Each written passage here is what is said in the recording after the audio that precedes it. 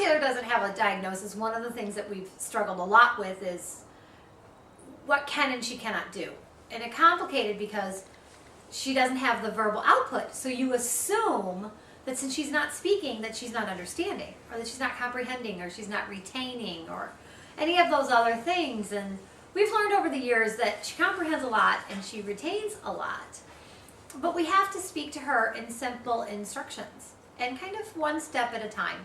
So we've always assumed that that's what's going on up in her brain as well. Well, we learned about a year ago that that's not the case. Again, I got a phone call from school from the nurse that said Taylor wasn't feeling good. Could I come over and help them figure out what was going on? And I said, sure. So when I got there, they shared with me that she had used her talker device to tell them that she didn't feel good.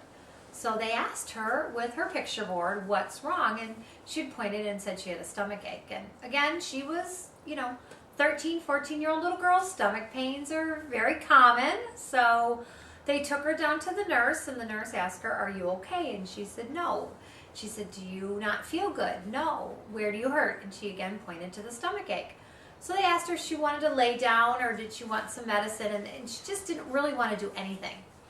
So by the time I got there, I started all over and repeated it. And again, she told me she had a stomach ache. So we thought, well, if she's told 3 people that she doesn't feel good and that she has a stomach ache, she must really have a stomach ache.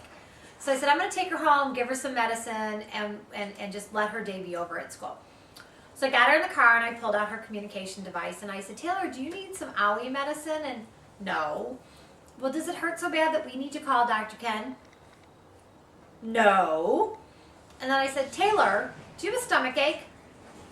No. And at this point I'm thinking, okay, is what's I think happening really happening? So I said, Taylor, were you faking it to go home? Yes. I said, were you just being a booger?